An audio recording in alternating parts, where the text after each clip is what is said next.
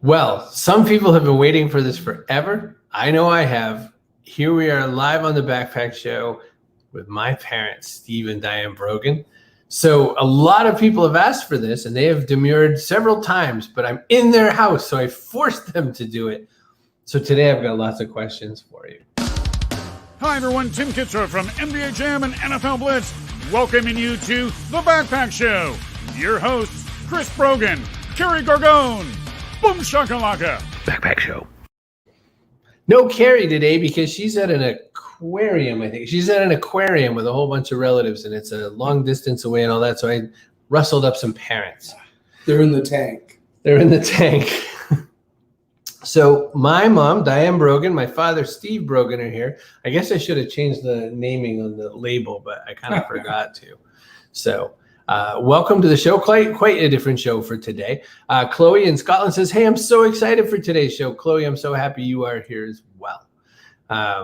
So feel free to throw a whole bunch of questions in Q&A. We don't have anything exactly prepared except that we just wanted to check in and say howdy doody.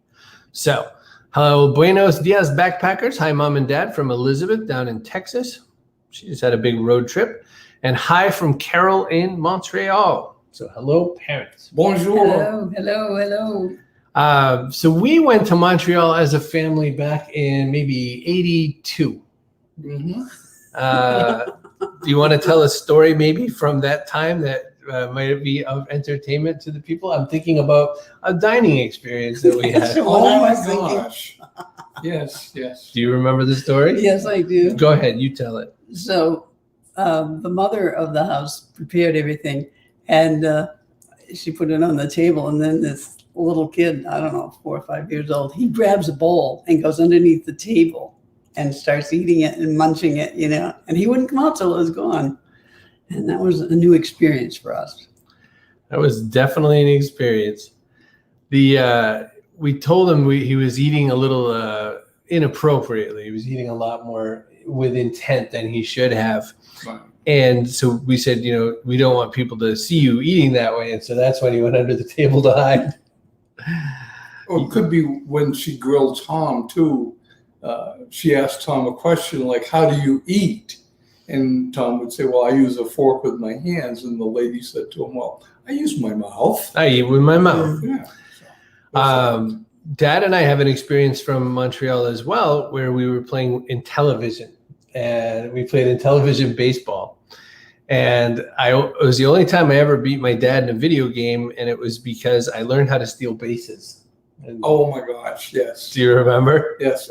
All of a sudden I'm looking and there he goes around on the television, getting to the next base. And it's like, what do I do? It's like I didn't throw the ball back fast enough. Nous parlons français ici ce matin. Yes, let's all speak French today. Je ne parle pas français, je comprends un petit peu, and that's about it. Your mother spoke French. Your mother spoke Canadian French quite well, Quebecoise. But one of the things I learned over time was she only said certain French words in a big English sentence when. Do you remember?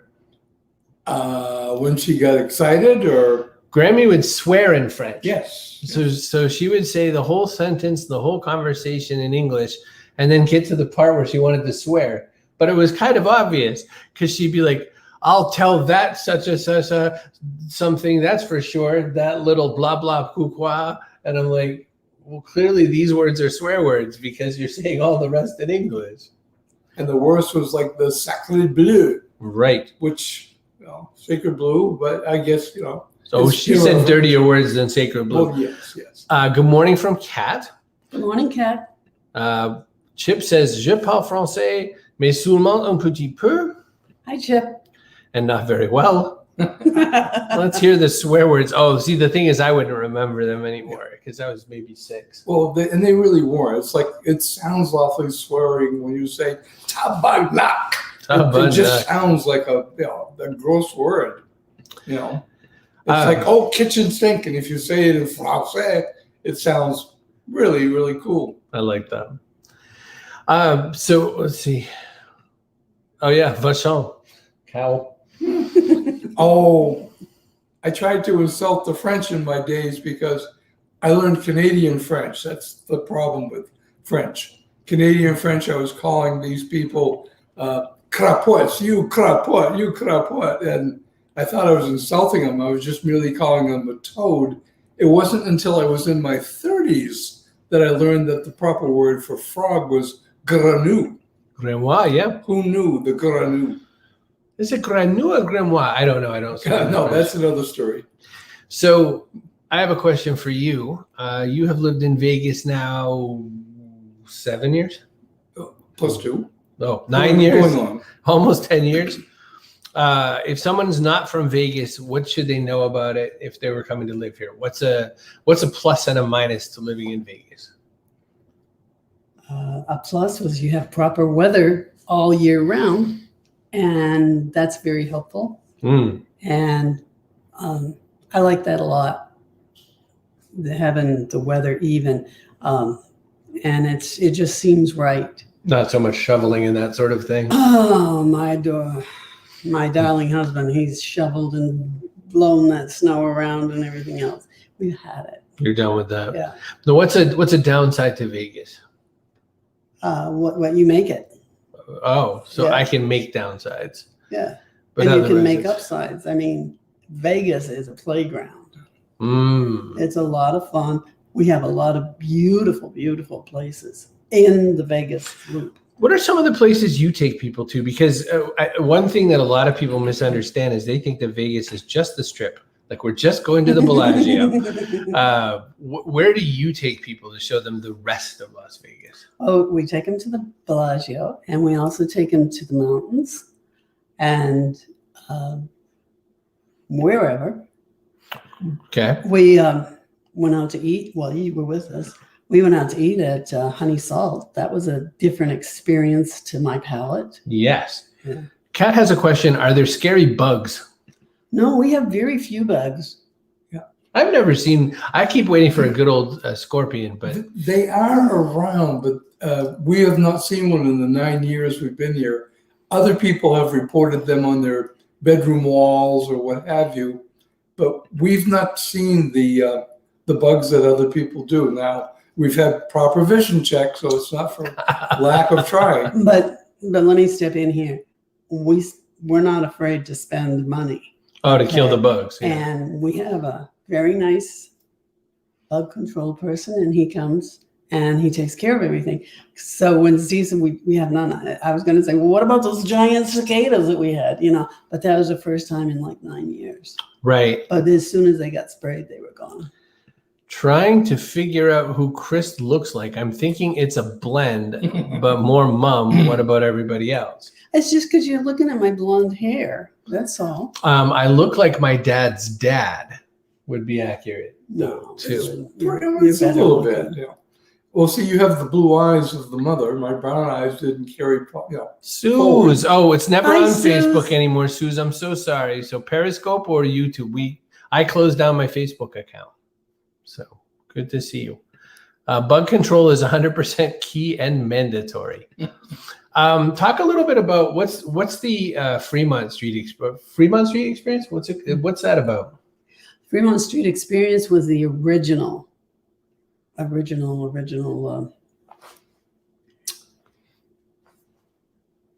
Las Vegas?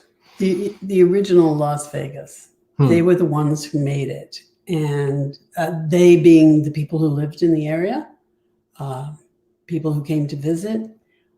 And, you can get in your car and you can just drive forever out here. Right. And that's not necessarily a good thing because you can drive forever, but you can get lost forever too. Right. And so, yeah. When people get there to the Fremont experience, it's different than when you go to the Strip. There's a whole different kind of energy down there. It's almost like a Disney of what Vegas was. Yeah. Yeah. Is there anything else? What are we missing? Oh, across the street from Fremont Experience is one of my favorite parts of Las Vegas that you've taken me to, the Container Park. Oh, yeah. How would you explain the Container Park to someone who hasn't seen it? The people around this area, they seem to be very knowledgeable in what is and what they want it to be. And sometimes they take little spots of land and make it into something really great, like the container park. Steve and I have been there several times, and it is just an unusual experience. It's lots of fun, inexpensive. Nice. Mark Horvath says hello to you both, Invisible Hi, People. Mark. And Suze is now over on YouTube. She found us. So hi, Diane and Steve. Miss you guys. I'm just looking to see, did I miss any other questions? I haven't missed any other questions. Any other questions from my parents? Let me know. It is a little interesting running the show Caddy Corner. Yeah, we're at different angles, aren't we? Yeah. Now, Dad, when you came out having your dealer's license in New Hampshire. And then when you came here, one of the early things you did was you joined the Nevada Poker League, and then you started dealing for off-strip places. Yes. How do they describe who they are, the Nevada Poker League, and what was that process? What was that experience about? It's like a free roll league that has prizes, and yet you can play traditional poker. It's no limit hold'em poker, but it's like a family grouping, if you will. The buy-ins, there's no cost for the playing. Yeah. You don't buy chips or anything like that. Oh, do you just pay like you just pay a nominal tip to the dealer, and that's it. Nice. So there's no money transactions, but yet every 3 months, the person that ran it was very good at collecting from the buyer's fees for us being there, and would offer thousands of dollars of fees. So there was something for the 160 members that showed up at the time, the 10 plus bars that hosted our events. That's wild. Yeah. That's wild. Chip has a question that's come in. What is the most embarrassing story about Chris that you can share without getting the channel banned from YouTube? I don't play that way. I mean, there's probably a good couple of them. Kat has a question. Have we already asked about the potato photo in the background? I'll say one thing before Mom says anything. I was there when that photo was shot. So that was Aroostook County. That was in the 1980s. That was in North Amity, Maine, at that field down the street from where your dad lived. And that was on that big old truck that goes behind the vehicles. And you jumped right up on it. Were you in your photo class, or was that before? No, this was before. So you just jumped up on the truck and nailed it. That's real 100% Maine potatoes right there, right? Yep. So that was long before she took a class in photos, but it's well framed. There's a lot of interesting guys to look at in there too. Photos. I mean, potatoes are very unique. Yeah. The eyes are looking back at you on them too. Oh my golly. All right. Carol has a question. I want to hear stories about the kind of child that Chris was. Was he trouble? It was one of the things that I remember the most was Chris was 15 years old, and he had friends, and they all had guitars. And it was Steve and my 15th anniversary. I think it was 15th, whatever. We had an anniversary anyway. And Chris got together with his pals, and Steve and I had invited a couple friends of ours. So we're sitting in the dining room, and then it's a two-story house, and these people started coming out of the basement, and there was Chris and his gang. Well, not gang, but friends. And they sang songs to us. It was great. Probably wildly inappropriate songs, but the only real thing that I remember was when we had bought a freezer plan, and that means you get X amount of steaks, X amount of pork chops, and whatever, and whatever. So I went to go to the freezer to get something for dinner that night, and lo and behold, there's practically nothing there. And I don't know, I just automatically say, Chris. So I called Chris down, and he said, well, Mom, I was just trying to help you clean out your, There's so much stuff in your freezer, I had to help you get rid of some of it. So I was eating it as fast as I could. I never really stopped. And then the other thing that was really good was he belonged to the Red Barn music consortium, and he and his friends made some really great music. And we were privileged to be aware of that and know what was happening. They'd come to the Red Barn and watch my little brother and I. We did an act called the Brogan Brothers, which was a very complicated name. Like, we took a long time to come up with that one. And then I can say also that we would take heavy metal songs and play them as if they were folk songs. And then when we take their very vaunted folk songs and play them like heavy metal to make people mad at us. All right. Have we already asked? Oh, the potato photo. Yep. Hear about Chris's trouble. Great minds. Okay, let's see. Good question, Kat. Looks like an ode to PEI. No, so Aroostook County, Maine. Canadian potatoes are poop. Chris wore very expensive 3-piece suits to school. So you know that story, I would imagine. Yeah. I meant, hey, and then you could tell them the story. I could do that, yeah.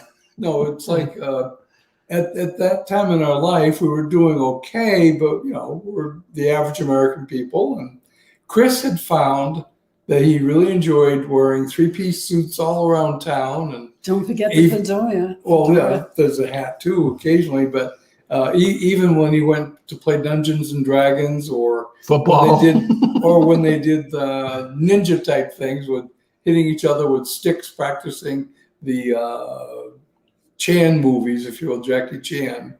And these suits actually looked very expensive, and they were probably at one time. And he came into the house one time. The knee was torn out of the suit, and he was feeling so bad about it. And you had house guests. Right. Our brother-in-law, Diane's brother, Paul, was there saying, how could you let him wear such an expensive suit and not be upset when he tore it? And the bottom line was, Chris also had found the Goodwill store and was able to pick some of the best suits for his tall frame at that store. They were 10 cents a piece. Yeah, so I could buy 10 suits for $1. Right. So when I came in, I said, Mom, I ripped my pants out of this suit. She goes, oh, just throw it out and get another one. And it sounded like we're so rich, but boy, we weren't. Carol says, I can't picture that at all. So. You can't picture what? Me wearing suits all the time. Are you still playing on the game where are you playing Pokemon Go? We've slowed down on that one. It's been fun, but the pandemic has kind of made it less fun. We used to enjoy getting together with large groups of people close up, and we'd go together, or we'd drive all around in our cars to the different parks. But right. The pandemic has kind of made it more of a standoffish kind of a thing. So we're not as participatory as we used to be. But I have to tell you a story. So there's all these places in Vegas that I like to eat, and they've introduced me to so many of them. So I said, can we please go, even though like the pandemic's coming back, we wore our masks. Can we please go to Hash House A Go-Go, which sells all kinds of corned beef hash. So when we get there, their favorite server, Yvette, who they've known for years, the minute Mom and Dad went to hit the restroom, Yvette says, you know what I love about your parents? They used to come in here and play their Pokemon game all the time. And they would just be very quiet and happy and just playing their Pokemon game and having their breakfast. And they've always been so nice to me. I was like, wow, my parents that's a parent story back. It's everywhere that they've ever gone. The Brogan gang singing hits from West Side Story. No, we did a lot of Dylan though. Steve and Diane, have you been to Lotus of Siam in Las Vegas? It's a Thai place. No, we're not heavily into Thai. We do like pad Thai and a few things like that. We just had Vietnamese food last night, though. Right. Pho Kim Long is one of the world's most famous Vietnamese restaurants that just happens to be in the middle of Chinatown, Vegas. And we went there, and wouldn't you know it, they also have a favorite server who also loves them and says so many things about them when they come to the table. Yeah. It's everywhere they go. People just love them. I'm blushing. Frugal. Hi, Diane, says Raul. Hi, Raul. Marty sends her love. Hi, Marty. Gosh. Marty and Kate are there. I love your accents. We have accents? No, we don't. Hi, Stephen and Diane. Everyone loves the Brogans. Clearly very lovable people. Yeah, we'll keep them. Oh, hey, we have to do ads. Oh, that's right. So give me a second. I got to do my ad reads. Shh. Hey, want to do a show where you interview your parents? You probably don't. But if you wanted to, you could go to cbrogan.me/StreamYard and make your own show. It's so easy. I can run it sideways. Want an audio podcast? You can get one. Castos.com is my audio podcast platform of choice. You don't even have to look at us. You can just listen to our dulcet tones. Castos.com sets that up. Hey, did you want a .online domain? We found out that your mom.online is taken, but you could probably look around for other stuff. cbrogan.me/online. Remember to use the code Chris in all caps. Now, if you're searching around for things, my search engine of choice after several weeks of using it is presearch.com. This thing mixes cryptocurrency and search in some really interesting ways, such that you can almost start to customize it if you stake some of your coins, so that if you want to look up that person, it would go right to Chris Brogan because I own that person as a stake. I don't, but I'm thinking about it. So presearch.com. Get you some. So that's my ad reads. So Sue says, you do, eh? I love StreamYard. Your parents are very lovable and fun too. Yes, I think so. Do your parents know about Presearch way before you? Oh yeah, they probably did because Kate would visit and Right. Kate had us using Presearch many, many years ago. So okay, back to questions. It is an eating and drinking show, so we're all welcome to have our coffees. You have a small band of people that you've gathered around you, but of course during the pandemic, you didn't have a chance to hang out all that much. What have you done to kind of keep yourself sane during the pandemic? Or have you? Steve plays poker on his various machines. Yep. So I've watched you play some poker on your iPad. And how about yourself? What do you? We watch strange movies shot in different places we've never been. Yeah. Yes. Streaming has definitely been a big aid to us. Talk about Netflix binging. There's been a lot of different shows that have come and gone through the pandemic. Have you found your interest or your taste in films and TV opening up? Yes. Okay. So things you wouldn't have watched in the past, now you're going, oh, I'll give it a go. Yeah. Interesting. Any recommendations? I don't have any off the top of my head, I guess, but. Heartland is the one.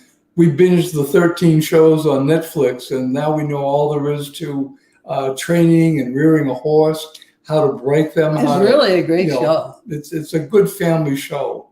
There's one of the nicest shows with very few swear words. Nice. It's just a nice family show, and they're forever inventing ways of taking care of people, talking about social problems, and yet still making it fun. Nice. Heartland. Well, could you please tell me what the name of the show is with Alan Tudyk and where you watched that? Yeah. Resident Alien. And that's one of the sounds sort of that Alan makes as the alien who's a resident there. Where is that show? Where does that? UPIX is the okay. off street that you can find it on. Got it. Heartland is a Canadian show, says Susan. So Canadian people are required by law to tell you when something's Canadian? Yes. Having been married to a Canadian one time, I learned that fast. That's Canadian. It can be anything. We watched Murdoch Mysteries, which is based in Toronto. We've watched a lot of Canadian-based television without realizing it. Wow. We look and it's, where was this film? Oh, this was in Vancouver. Right. The heart of filming, I guess, in Canada. Yeah, Vancouver is like another Hollywood. Yeah. And we've been to Vancouver shortly during our Alaskan trip. We stopped there. When you went to Alaska. I went to Vancouver Island for a day or so, which I think is the preferable of the Vancouvers, but what do I know? Yeah. Well, it was the island we stopped at. Be careful, you might insult somebody. Toronto's almost Canada. Yep. We call Toronto America's hat. Absolutely. It's mandated by the government. Yep. Oh my gosh, all the Canadians are lit up like a phone. I like Canadians. Yeah, sure. We even are related to a few of them. Yeah, we lived close to the border at one time, so New Brunswick. Was New Brunswick where Uncle Mike was from? I don't. Woodstock? Sherbrooke would Who's be Uncle my Mike?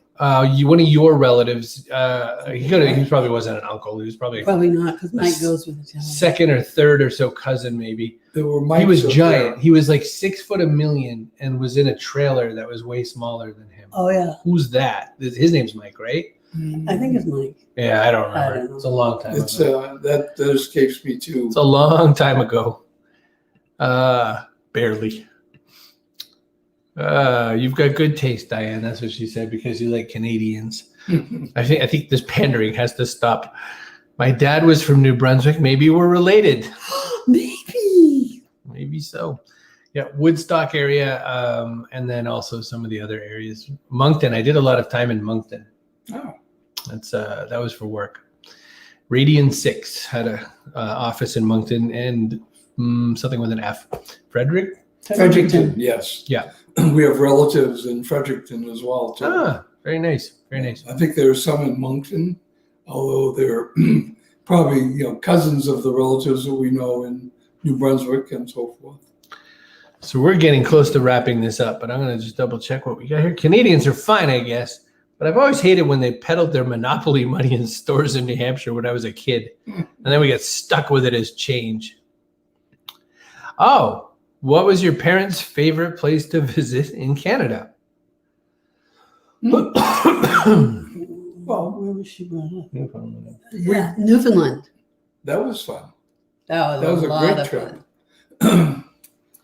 But we've been like to Sherbrooke, to Montreal, to Quebec, and there's a lot of places where our relatives lived in those areas. Money is colorful. Yay, color with the U's. Uh-huh. And with a lovely lady on the picture of the money. Yeah, that lady that never With the gave hat up, or never not. gave up the country. No. Yeah, ours is just full of people who seized this country. So one last question about Las Vegas, and then I'll turn it over. It's hot here a lot. Really? So some people wonder, how do you manage that? But from what I can understand, it's just that most people aren't outdoors for much period of time. Anything else to add to that? It's just you go from one AC to another. Your car AC, your house AC. You go to a building that's air controlled, especially when the temperatures are like for what we've had for like the last 14 days, temperatures of 100 plus, going as high as 120. Right.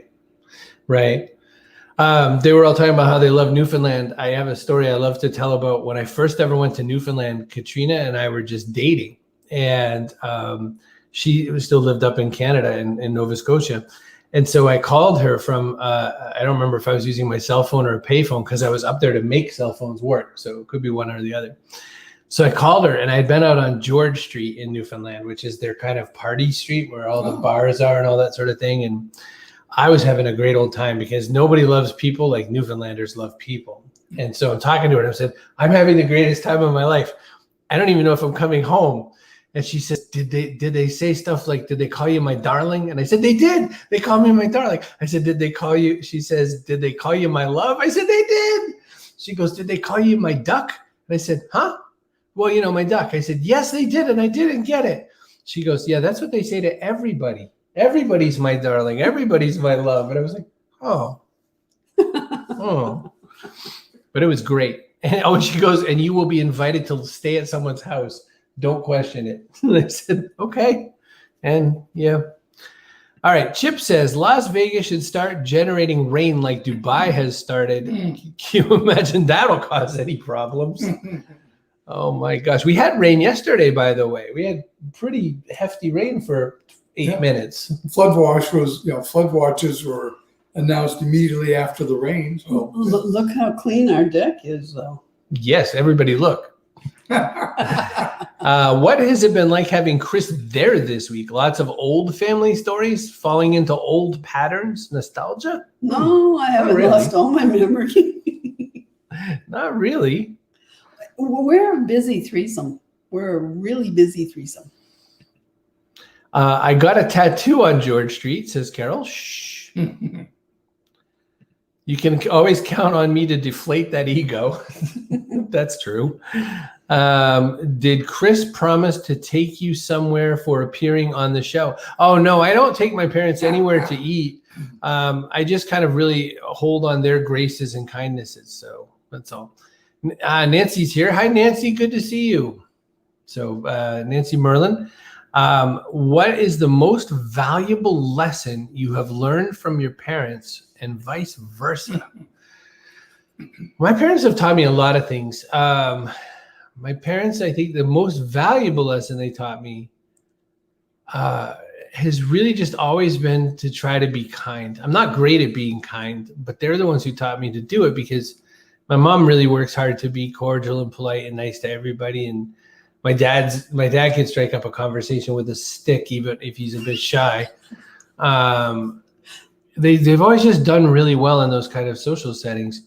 I would say that's probably the biggest lesson I had. I don't know that, and I guess just that I could. You know how some parents tell you you're never going to make it or you're never going to be there. My parents said at every turn you're going to totally be whatever you want to be, and I went, well, okay then, and I did it. I don't know that I taught you anything back. I don't know about that. You kept us involved in technology, or at least keeping things going. I mean, I was in computers and programming. Your mother was involved with the telephony, the Verizon or New England Telephone, whatever their name was at the time. Right. And so we all were kind of into the technology world. So you shared with us what was happening. Like we were on Twitter within the first few years because you had encouraged us to look at it. One thing I liked about that is that then you would tell other people of similar age to you. They would be like, I can't use those things. And my mom would be like, oh, come on, get over it. And like make them get on the technology. Well, there was one lady, and she also did secretarial work for me. And she says, well, I can't do this. And I said, well, if you can't do it, you're not going to have a job. And she says, well, you can't do that. And I said, yeah, I can. I can sit you in the corner every day and you're not going to do it. And anyway, I practiced with her and practiced. And she wrote that first memo. I think it took 45 pieces of paper, but she learned. But she got it. And she did come back and say, thank you. Well, there you go. So, let's see. Chip says, yeah, they get to stay at that classy Hojo's or whatever that is in the show promo. Oh my gosh. That's for our After Dark show. I don't get to play that one nearly as much. So let me find it. Guests of the show stay at the inconveniently located from downtown or anywhere, never to be confused with luxurious and never updated FDR Hotel, located somewhere off Highway 84 near an old gas station with a burned out van parked out front with a for sale sign. There you go, Chip. Talking to the stick is fine. It's when it talks back that you need to worry. Nancy says, what a blessing to be with your parents. Thank you. And you've always been kind. Thank you, part 2. I love that you two love technology. My mom has always been into tech too. It's a great thing. Katrina says, Mom Pop Pow was so great for sharing information like that. Remember Mom Pop Pow? In the day, yes. Yeah. Mm-hmm. We still have it archived somewhere. Mom Pop Pow was amazing. Your parents are encouraging and supportive. It's awesome. I'm very lucky to have amazing parents. All right. So, gee whiz, guys. So we've come to that part of the show where we have to do some work here. Oh, and here's our person of the day. Kaboom! Now, person of the day. I mean, this is tricky. We've had a lot of good feedback into that. So I am going to pick a Canadian.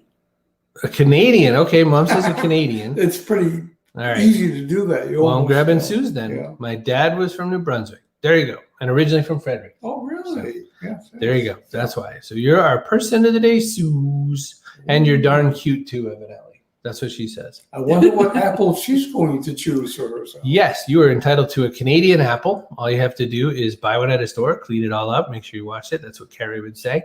And you're handled. So we're at the part of the show we ask every single guest who's ever been on here. Everybody from Sir Mix-a-Lot to Mistress Harley, the financial dominatrix. What goes in your backpack? Now, this could be something physical, like an avocado, It could be something metaphorical, like kindness. Mom, what would you like to put in the backpack? Well, I'd try with kindness first. Oh, that's not a bad choice. And, oh, well, I don't know. What else do you hold on to every day that you kind of can't get by without? Anything come to mind? Yeah, my Yeti cup. It's not on screen. There you go. Yeah. Right here. Camera with the little eyes. There you go. Yeah, show it to Maggie. Yeah. Where's Maggie? Oh, yes. Dad, what should you add to the backpack? Yeah. I think one of the things that has got me through life in any circumstances is just trying to be patient. So I would add a quart of patience or a gallon of patience to my backpack. Patience. I think patience is always in short supply. Now, listen, so I've told more than one story on this show about my grandmother. Now, every time I tell a story about my grandmother, I'm talking about his mom. Can you recall any of the weird setups I've done about my grandmother where you felt like that's nothing she would have done? The truth is bent a little bit, but always very close, very, very close. Her pointing her finger, that pointing